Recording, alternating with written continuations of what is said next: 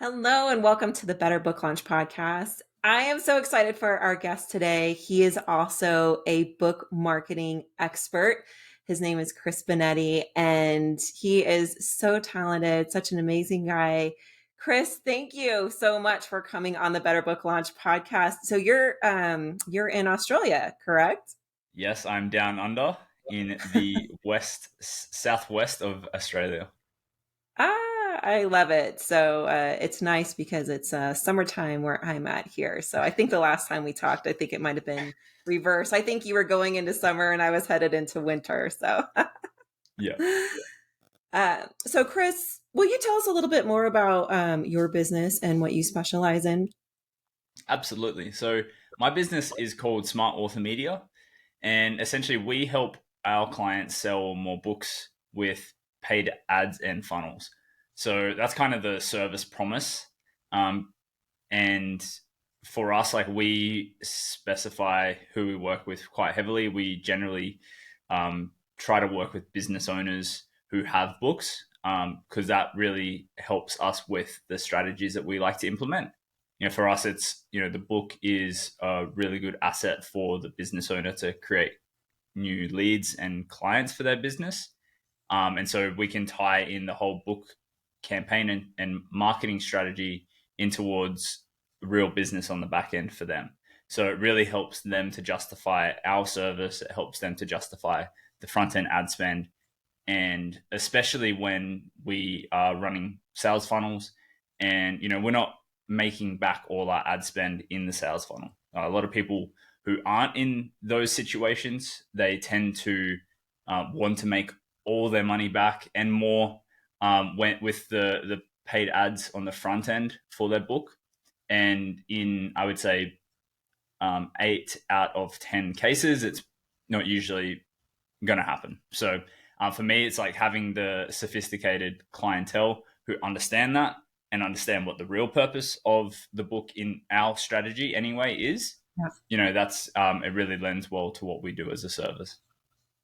Yeah, I love it because you're also thinking about setting up your clients for long-term success, right? It's more about just the book launch itself, but it's really setting up the author so that they've got all of those assets in place to really monetize with their book, identify their readers, who's reading their book for the long term, right? Not just a one-time thing. A book lasts forever, and I think as Mm. long as you want to talk about your book or drive readers to your book, you always need to be marketing your book. It's kind of a never-ending thing.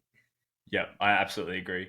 And for me, it's one of those things where, again, like I do really want people as long-term clients. Like I don't get Yeah. much benefit from working with a client for 2 months. It's usually a lot of work for not really much reward. And so for me, if I can set up clients to have success with us for the long term, I would do absolutely everything I can to make that happen. And implementing a strategy like that is the way for me. Yeah, absolutely. Okay.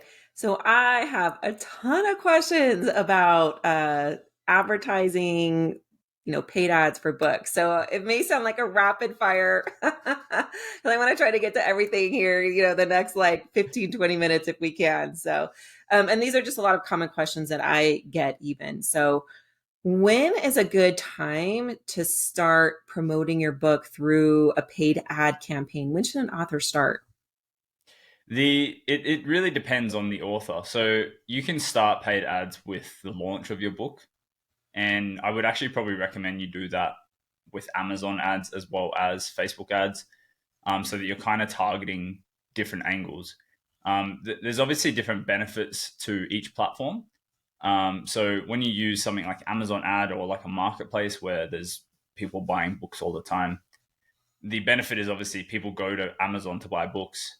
Um, However, you don't get customer data. So if the Mhm. exercise or the strategy is to actually get people on an email list so that you can create those leads and those customers for your business, and not just have someone read your book, then that's a bad strategy. But at the same time, it's easier to sell over there.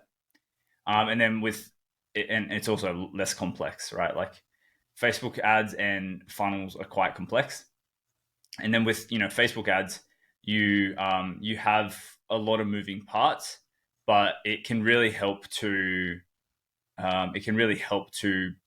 boost your launch quite a lot alongside the organic stuff. So you can probably run a lot of the organic kind of content and posting that you were planning to run as ads.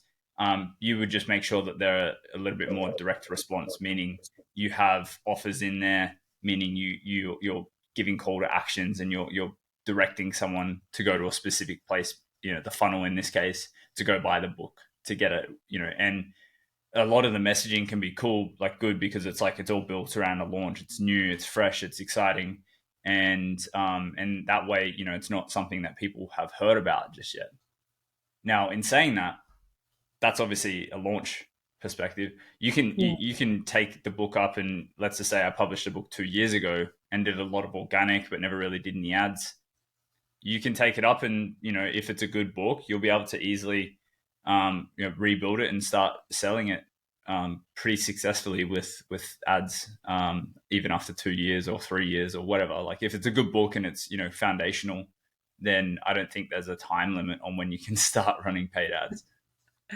You bring up such a good point because I think authors forget that you can relaunch your book again and again, and whether it's every 6 months or at least once a year, right? At least once a year, like relaunch your book. And the advantages with a book funnel is, right, you can bring back like relaunch or pre-launch bonuses, right, that are available for a set amount of time, and then maybe go away after 30-day or 60-day period. And then I love being able to use a paid strategy just to get more attention, have a much wider, broader reach, and of course, sell more books too. Yeah.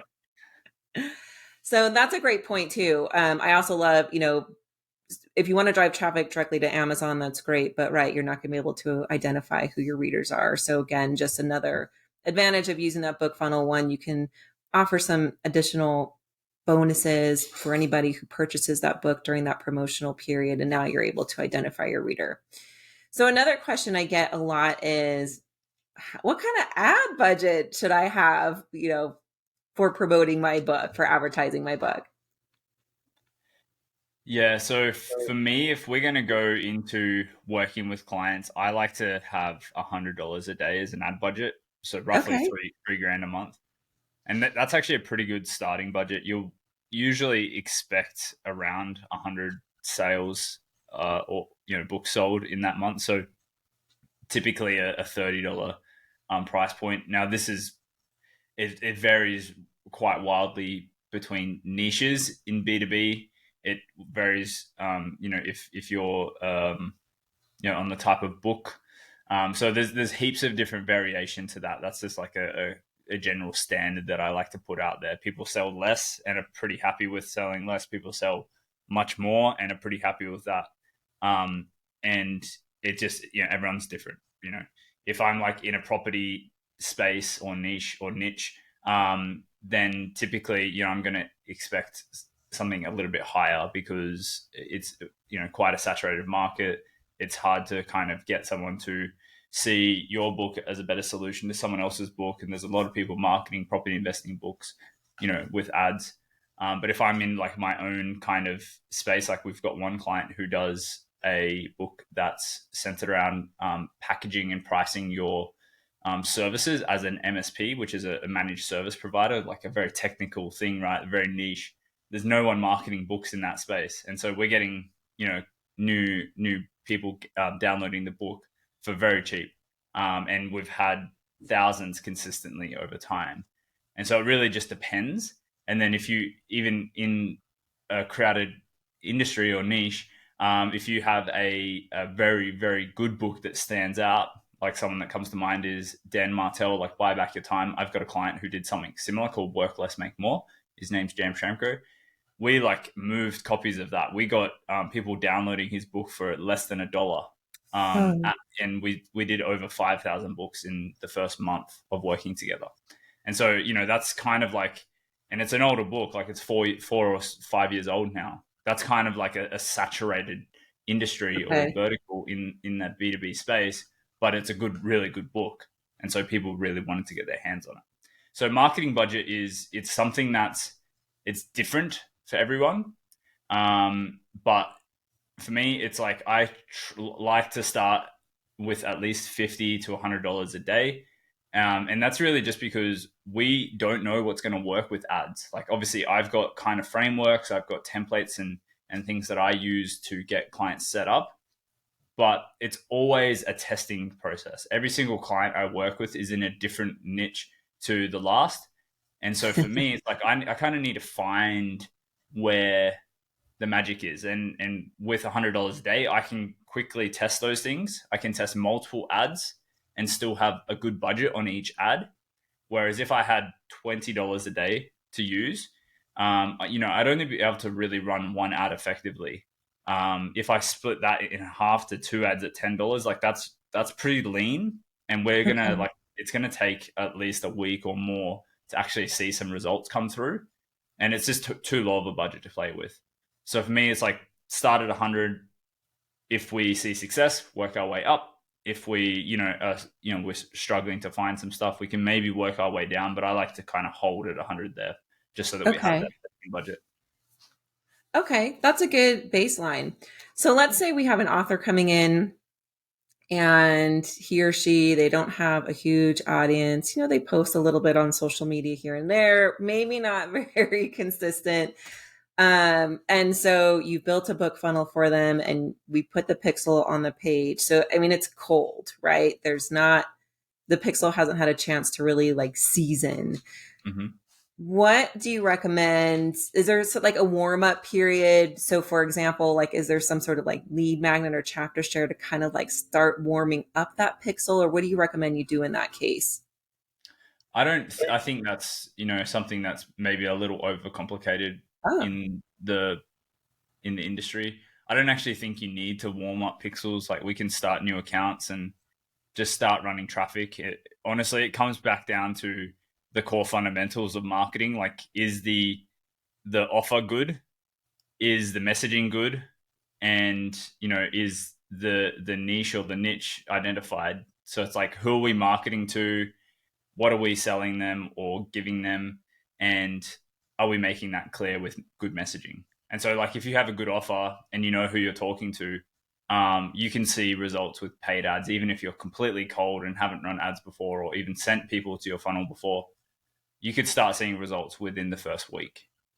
oh, wow. Okay, good to know. I always thought you had to season the pixel, right? I've always like kind of, I That's all know. the gurus. They're like, oh, how do we make it complicated for people who haven't run ads so that they need us? Okay, gotcha. Oh my gosh. Okay, so how do you then measure the success of a paid ad campaign? That's a fantastic question, and it's completely individualized to each client. Some clients want to move copies of their books. So I recently worked with Scott Alford. He was just like, move copies of my books. Like, I don't really care about ROI. Like, I know the brand impact and the things that happen in the marketplace if we sell a lot of books, and we have. And then you have other people who are like, I need this to, it needs to be a net result in my business. So I need to get X amount of books sold or new, leads for my business. I need X amount of people to book in on sales calls with my team. I need to, close X amount of those people and make, so much revenue. And so, like, it just depends. Like, some people are like, cool brand play. Some people are like, how do we ROI front end on the funnel?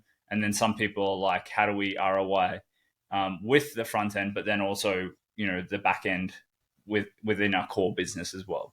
And typically, I like to go with the third kind of variable for most clients as a recommendation. Like, you're not going to, for me, I always preemptively just make it super clear that it's going to be a complicated campaign. And I don't want to set the wrong expectations. If you're expecting to make a return on your ad spend and also my agency retainer on the front end with the book funnel alone, you're probably going to be a little bit disappointed.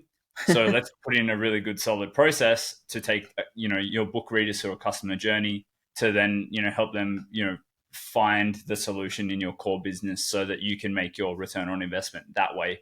And so that's always a conversation that I clearly outline for all of my clients. And so, yeah, coming back to the question, it really depends on who it is and what they're trying to achieve. A lot of people want to go do speaking, and so brand play is kind of their thing. They want to get the attention of people so that they can get speaking opportunities, and they kind of run their business that way. They don't really have a core business in place.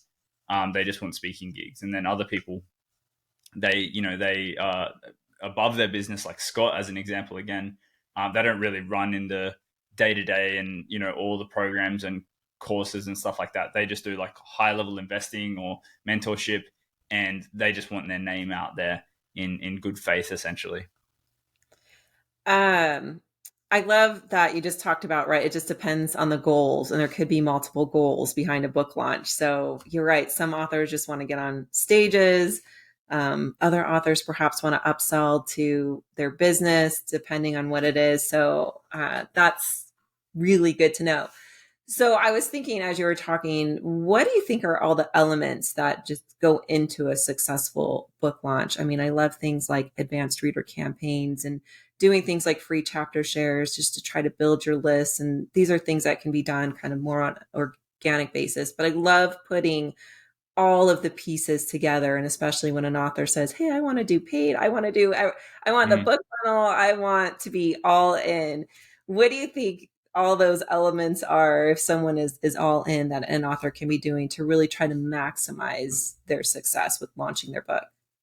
Yeah, for sure. So, first of all, I would just say and preemptively say this that for me, it's I'm more of like the boring, ongoing kind of guy. So I don't have any fancy launching Yeah. strategies like Patty does.